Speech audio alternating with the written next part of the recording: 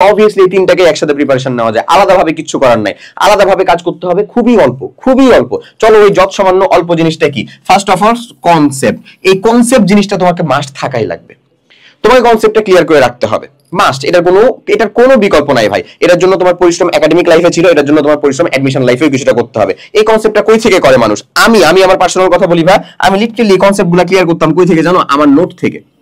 আমি একাডেমিকে যখন পড়াশোনা করছিলাম তখন নোট করে করে পড়তাম অনেকটাই, ম্যাক্সিমাম সব যে নোট করছিলাম এমন না, ভৌত আলোক বিজ্ঞানের কোনো নোট ছিল না আমার কাছে। আমার কাছে হচ্ছে যে ওই পদার্থের গাঠনিক ধর্ম, আমরা তো ফুল সিলেবাস পড়ছি, পদার্থের গাঠনিক ধর্মের কোনো নোট ছিল না। এই যে কিছু জায়গার ফিজিক্সের, তারপরে কেমিস্ট্রির ক্ষেত্রে দেখা গেছে যে ওই যেগুলো আমাদের এই চ্যাপ্টার কর্মমুখী রসায়ন, অর্থনৈতিক রসায়ন, এগুলোর কোনো নোট ছিল না আমার কাছে। ওগুলো আমি কই থেকে পড়তাম? ওগুলো আমি পড়তাম হচ্ছে ভার্সিটি এ ইউনিট যে বইটা ছিল আমার কাছে, সেখানে যে থিওরিটিক্যাল কনসেপ্ট ছিল সেই কনসেপ্টের জায়গা থেকে পড়তাম। এবং বিলিভ মি, আমি প্রত্যেকটা পরীক্ষার আগে চেষ্টা করতাম হচ্ছে মাস্ট বি একবার থিওরিটাকে রিভিশন করার। I believe in theory as always, এবং সবসময় থিওরির উপর বিশ্বাস করাটা আসলে তোমার জন্য খুব বেশি সুফল বয়ে আনে না, যেটা দুর্ভোগ আমি পোহাইছি তাই আমি তোমাকে বলি।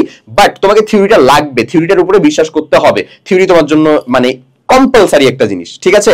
বাট টোটালি থিওরি ডিপেন্ডেন্ট হয়ে গেলে হয় না, আসলে কোশ্চেন বুঝতে হয়, কোশ্চেনের প্যাটার্ন ধরতে হয়, সব জায়গা সব চ্যাপ্টার সব টপিক সমান গুরুত্বপূর্ণ না, এই জায়গাটা ধরতে পারতে হয়। রাবি যেমন আমার পরীক্ষার প্রশ্ন করতে পারে যে বাফারের চাইতে পিএইচ রিলেটেড কোশ্চেন সে বেশি পছন্দ করে, বাট এগ্রিতে দেখা গেছে যে বাফার রিলেটেড কোশ্চেন বেশি হয়। So there is a difference ভাই।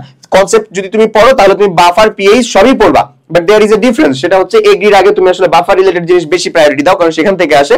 এবং রাবির ক্ষেত্রে তুমি পিএইচ রিলেটেড জিনিসপত্র বেশি প্রায়োরিটি দাও, পিএইচ পিওএইচ এগুলো রিলেটেড জিনিসপত্র বেশি প্রায়োরিটি দাও, দ্রাব্যতা রিলেটেড জিনিসপত্র বেশি প্রায়োরিটি দাও, ওগুলা আসে। বুঝতেছো জিনিসটা? এই যে ডিফারেন্সটা, এই ডিফারেন্সটাই ক্লিয়ার করে হচ্ছে তোমার কনসেপ্টটা। তুমি যদি কনসেপ্টটা ক্লিয়ার থাকো তাহলে তোমার জন্য এগুলা প্যারা হবে না, তুমি আরামসে কমপ্লিট করতে পারবা। কনসেপ্ট ক্লিয়ার করার জন্য তোমার এই যে নোট দরকার অথবা বুক দরকার, যেটা হচ্ছে আমি ভার্সিটি এই ইউনিটের বইয়ের কথা বলতেছি।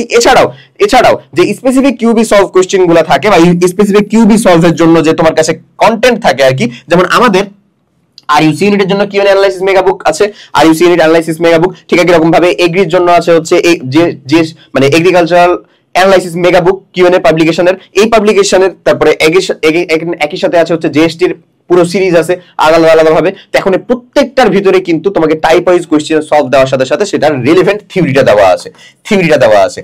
এই থিওরিটা কিন্তু খুব শর্টে, খুব অল্প ভাবে দেওয়া আছে, যেন তুমি যেন হতাশ না হয়ে যাও যে আরো এত কিছু পড়তে হবে। কজ অলরেডি তুমি সেই ঢাবির শুরু থেকে মেডিকেলের শুরু থেকে মেলা কিছু পড়তেছো ভাই, অনেক কিছু পড়তেছো, বাট স্টিল এখন পর্যন্ত কাঙ্ক্ষিত জায়গার ভিতরে যেতে পারতেছি না। ওকে, সো এই যে অল্প থিওরি দেওয়া আছে, সো তোমার জন্য এটা একটা অপশন হতে পারে, বেস্ট একটা অপশন হতে পারে।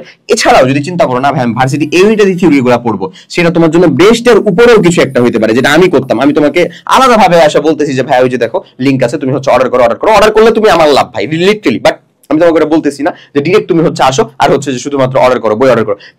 বাট এখানে একটা কথা আছে, থিওরিটা তুমি ওখান থেকে পড়ে ফেলতে পারবা ভার্সিটি ইউনিট কোশ্চেন ব্যাংক থেকে, but varsity unit question bank থেকে স্পেসিফিক ভার্সিটির ডিরেক্ট কোশ্চেন তুমি পাবা না। এটার জন্য তোমাকে সেপারেট কোশ্চেন ব্যাংক লাগবেই, এটা তোমার কাছে যেটাই থাকুক না কেন। ভার্সিটিটা করলে সবার জন্য স্ট্যান্ডার্ড হলো, বাট যখন তোমার কালকে শুধু হচ্ছে ঢাবির পরীক্ষা, তখন তুমি রাবির পরীক্ষা, তখন তুমি কেন ঢাবির কোশ্চেন সলভ করবা? রাবির গুলো করো, তাও তোমার হচ্ছে অবশ্যই কোশ্চেন প্যাটার্ন সম্পর্কে একটা ভালো ক্লিয়ার কনসেপ্ট ধারণা হবে। ওকে, এরপরে চলে আসে এটা কমপ্লিট করার পরে স্পেসিফিক কিউবি সলভ করার জন্য তোমাকে অবশ্যই টাইপ ওয়াইজ কোশ্চেন ব্যাংক রাখবা। এখন আমি তোমাকে বলি তোমার জন্য type wise question bank better নাকি সাল ওয়াইজ? আমি সবসময় বলবো হচ্ছে টাইপ ওয়াইজ ভাই। আমার কাছে দুইটা কোশ্চেন ব্যাংক ছিল, সেটা টাইপ ওয়াইজ ছিল। যেমন বুয়েটের একটা কোশ্চেন ব্যাংক ছিল, সেটাও সম্পূর্ণ টাইপ ওয়াইজ ছিল। আমি ওটা প্রেফার করতাম। কেন? কারণ টাইপ ওয়াইজ কোশ্চেন করলে অন্তত আমি যে ধারাতে পড়ে যাচ্ছি সেটা আমাকে ওই অনুযায়ী সাজানো আছে, আমাকে হুটহাট করে মানে ফ্ল্যাকচুয়েট করতে হচ্ছে না, যে একবার চলে গেলাম হলো ধরো দ্রাব্যতার ম্যাথ, তারপরে চলে গেছে হচ্ছে যে আমাদের কেপিকেসির ম্যাথ, তারপরে চলে গেছে আরএনএস-এর ম্যাথ। এরকম ভাবে এত বেশি হচ্ছে যে ফ্ল্যাকচুয়েট করতে হচ্ছে না, টাইপ ধরে আগাতে পাচ্ছি। ওকে, এরপরে চলে আসো যেটা নিয়ে কেউ কথা বলতে চায় না, ম্যাক্সিমাম মানুষজন খালি এটা স্কিপ করা ট্রাই করে, সেটা হচ্ছে এক্সাম। আমরা সবাই জানি এই মুহূর্তে তোমার এক্সাম দেওয়াটা হচ্ছে ফরজে আইন, সব থেকে বড় কাজ। কজ এই সময়ে তুমি কেবলমাত্র তোমার উইকনেসটা ধরতে পারবা হচ্ছে এই এক্সাম দিয়ে। কি দিয়ে? এই এক্সাম দিয়ে। এখন এটা অনলাইন হতে পারে, অফলাইন হতে পারে। আমার যদি পার্সোনাল সাজেশন নাও তাহলে আমি একেবারে ডাইরেক্ট টিক মার্ক দিব হচ্ছে অনলাইনে। তুমি যদি অফলাইনে যে কোথাও এক্সাম দাও, নো ইস্যুস, এটা গুড, ভেরি গুড। বাট তোমার যাওয়া আসার সময় যে পরিমাণে যাচ্ছে এটার উপরে কিন্তু ভালো মতন কনসার্ন হও, এবং ওই এক্সামটা কিন্তু একেবারে টোটাল পেপার ফাইনাল বা সাবজেক্ট ফাইনাল টাইপের। বাট তুমি যদি আসলে অনলাইনে এক্সাম দাও তাহলে তুমি কাস্টমাইজ করতে পারো, যে আমি এখন এই টপিকটা পড়ছি, আমি এই টপিকের উপরে এক্সাম দিয়ে দেখবো যে আমার এই টপিকের ভিতরে কোনো ঝামেলা আছে কিনা। এই যে এটার উপায়টা, সেটার জন্য আমার পার্সোনাল চয়েস হচ্ছে অনলাইন এক্সাম। এখন